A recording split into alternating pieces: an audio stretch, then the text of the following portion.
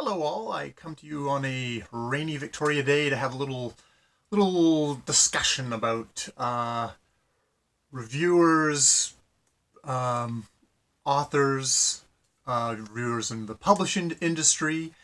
This comes off of James's video over in Plots and Points where he quite rightly kind of vents his dismay at what he sees as the view of a lot of authors of how they view what like sort of reviewers as their publicity machines. That if you're going to write a review, folks, please try and write just a positive review, if anything at all.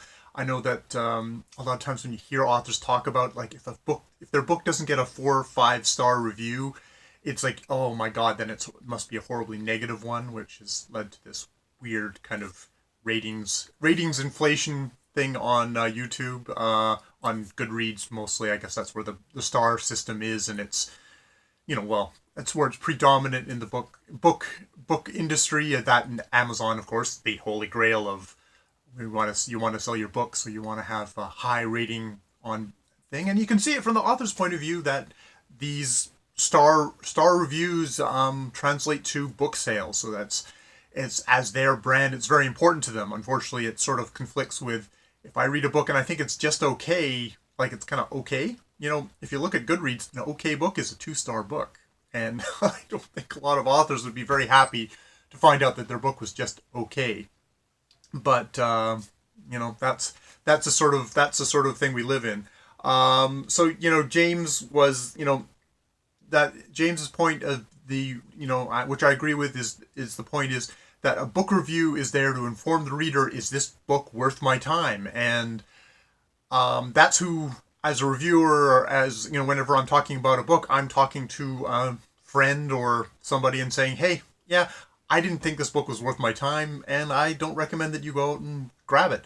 Or, wow, I love this book and I totally pick it up, and these are all the reasons why, and if those reasons resonate with you, then hey, this is something for you checking out. It's not really about the author. However, on the other hand, we live in the modern age where, guess what? Authors are often, even published authors with big publishing houses are oftentimes their own publicity machines. They have to be their own publicity department. They have to be the ones who are checking out the reviews and just monitoring things and making sure that they're maintaining their good name, their brand online. And it's very hard to do that from, if some point in the golden age there was a time where the publicity people would be the ones who would go out and they could look at stuff very disinterestedly, not taking stuff personally, and would say, yeah, that's a bad review, yeah, that's just a crank though, and we're not going to pay attention to that. Or, oh, here's something and that's great, and we can kind of maybe pump that up a bit, and doing stuff that's very above board, but it wasn't like this personal clash. Whereas if you're an author and you read somebody tear apart your book for a half an hour, I'm sure you have to be a big person to walk away from that. And for the most part, you have to say 99% of the time authors do. They just walk away and they let it go. And unfortunately, there's that 1% that is unfortunately somewhat entertaining to watch, where some poor author gets completely riled up, starts attacking a reviewer, and everybody goes to town, and it just doesn't end well for the author in those cases. And you have to feel sorry for them, for their own human foibles. And unfortunately, we're what are stories about but human foibles? So yeah, there's sort of that part. There's that part of the thing of, the author reviewer relationship is always going to be adversarial, and I think for authors to think that it's going to be anything but that in the end, we're not here to like you as a person. We're here to just sort of judge your book, and sometimes judging can be really, it can feel really personal. It can feel very unfair. But that's unfortunately, I salute authors out there putting out their works, because that's sort of the name of the game. That's what you're opening yourself up to. You put something out in the world, and it can be loved and cherished and boosted and even like, pumped up beyond what, like, I didn't put that in the book. Wow, people think I'm a lot deeper than I am. Or it can be the very opposite. People can assign all sorts of malignant crap to it, which you might feel is unfair, and say, that's your experience that you're reading into my book. And, hopefully if you've written a book, if you've got control of your materials, that's the case, and that'll just be an outlier. But a lot of authors don't have control of their material. It's a very tough thing wrangling these words, is I find just talking on this video, and it can spin out of control, at which point reviewers are there to let you know that you know what you said there, because it wasn't a very pleasant thing. You might think you're being all progressive, but actually that was a horrible racist stereotype or stuff like that, and that would hurt to hear.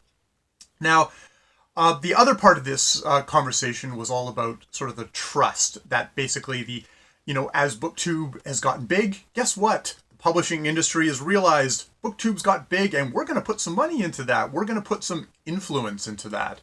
And there's, as independent little reviewers, whether you're young or you're like me, hopelessly naive, you could not that I've gotten any knocks on my door.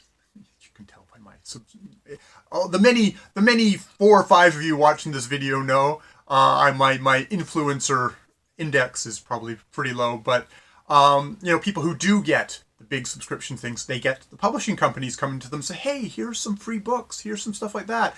And I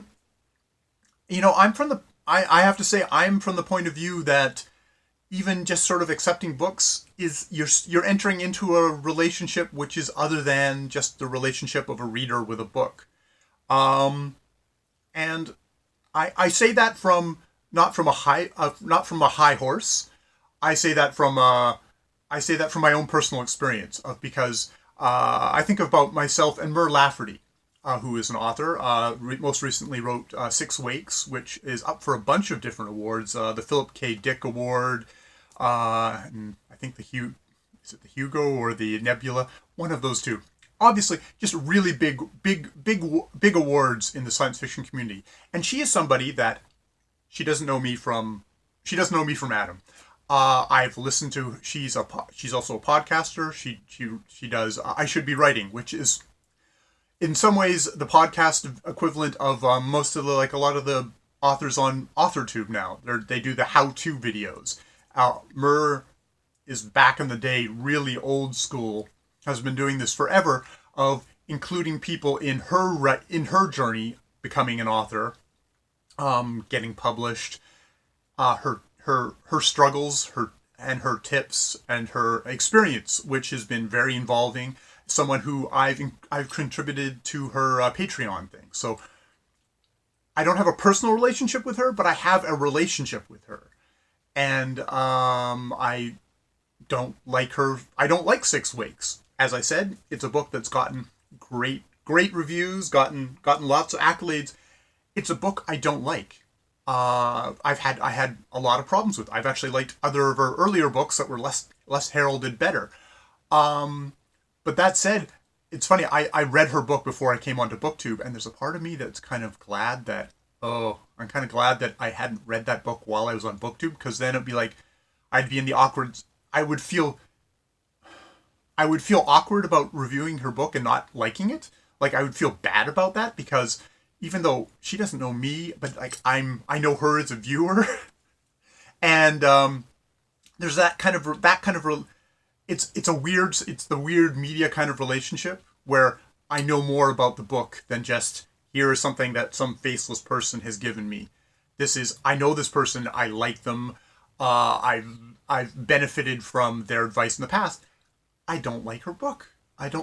So I can feel that ickiness. I can feel that kind of like, would that influence? I would, to be honest, I would probably have, if I did a review of her book, and if I do reviews of other books in the future, it would influence my tone. And I think I would have to be fair in saying at the beginning, hey, I'm influenced by this, so take what I say with a grain of salt.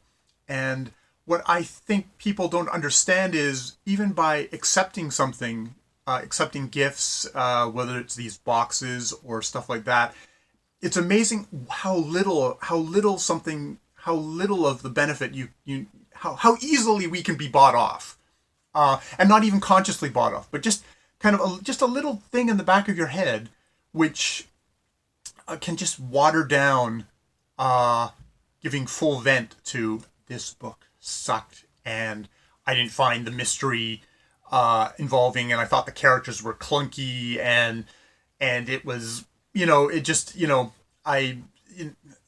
would just, it just like, I think it influences people, and I don't know if people quite understand how much they, even the appearance of taking stuff really can hurt their reputation and can hurt their product, their honest reviews. It becomes an influenced honest review. It becomes a muted honest review. And it's interesting.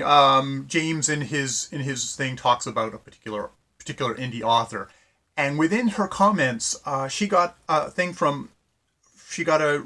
comment from one of her viewers, saying that, like, he or she had gone to Amazon, had found this book that they had 1,000 reviews, and it was like a 4-star book, and so he or she got the book, but it was like he thought it was a really weak book, and it tailed off, and he felt sort of suckered by the end. Like, wow, why did I believe those reviews? And you can tell that it was one of these things of the next 4-star book he or she finds on Amazon. She's gonna like, well, that's not really gonna influence whether I buy the book or not, because I'm gonna remember I got suckered by this other one. And that's the corrosive thing of everything gets 4 stars, everybody's generally positive, and then it becomes this just kind of, it becomes useless. It becomes useless as a way, reviews become useless as a way of being able to figure out what I want to read. And I know this from, I mentioned in a past video about coming to Canadian literature, and it being such a small incestuous pool. This is especially pre-internet, where there wasn't that many review venues that a guy who was growing up in little interior BC could get access to. And so basically all I got were kind of the major newspapers who were all like, yeah, it's a fine, good book. And everything was just like, yeah, it's okay, because we're trying to, they probably know each other because they're all in Toronto. Well, that's I'm from BC, so everybody's in Toronto, and they're all going to the same dinner parties and swilling the champagne and have monocles and stuff like that. But that's just a little bit of interesting Canadian politics there for you. But it's just that you could tell it's a community. At least at that point, it was a community where everyone was scratching each other's back, and no one was saying, hey, wow, the latest Margaret Atwood book sure sucked. It's like, no one's going to say that. So you'd have to, go outside of the country, read foreign newspapers who would say, yep, that book sucked. Next book, because they don't have the emotional content. So I know that world where things get so comfortable. Nobody's going to say anything bad about anything. Nobody's going to get exercised. Then you can't tell. And I gave up on Can Lit. And I, to a large degree, sort of still have, because so much of it is because I guess it's because we're this small market beside the big Americans. Everyone wants to help, and being helpful is supposedly being helpful is supposedly not being negative. Having good helpful advice. It's like, that means that you can't tell the crap from the good stuff, and you're going to miss the good stuff because you're going to just assume it's all kind of a mishmash of average oatmeal. So I guess that means I'm throwing my support behind people like Steve Donoghue, who also responded to this, saying, we're in danger of diluting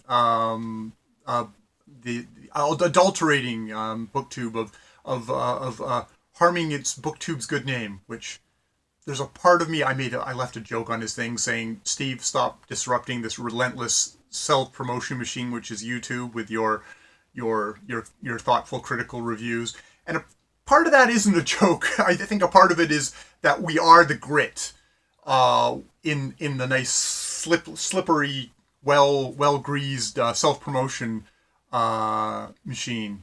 But I think you need the grit. I think the grit, you need grit there to get some purchase, to get this machine moving. If everything is nice, everything is greased up and just like, oh, we're all wonderful and all things, we're not going to get anywhere. You need the grit to get this engine going. And here's to a lot more grit. Here's to a lot more troublemakers. Here's to a lot more, I hated this fucking book. Because, you know what? If I say I hated that fucking book, people will come back at me and say, you butthead, you missed this, and this, and there'll be conversation. And people will notice that book. And you want that. I want to be the wrong guy that makes everyone else go out and read that book. That's my aspiration.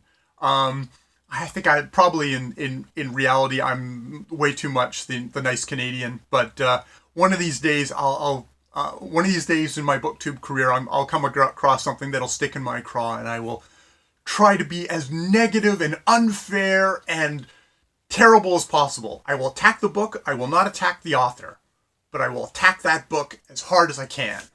And I hope everyone will enjoy it. And I hope everyone will probably go out and grab that book and read it because of me. That would be the highest compliment, wouldn't it? And then they can agree with me and they can disagree with me, and we can get this booktube bus on the road, which I think it is already. I think there's plenty of other authors, other booktubers out there. There's that, you know, as I said, Steve Donoghue. Oh God, and of course I'm completely. Insert literary pun here, Brigitta, other booktubers who I maybe will list down below who will say, wow, this book sucked, and will do it thoughtfully, not just like, this book sucked, which is probably my level, but will do it thoughtfully in a way that will go, wow, that book really did suck, and I didn't even think about all that stuff, and I should go back and reread that book, or, that book sounds kind of interesting. He really hated it, but I think he hated it in a way that I might like it, because they did such a good job of explaining themselves. I have gone on and on and on, and I'm going to stop, but I enjoyed myself, so I might even post it.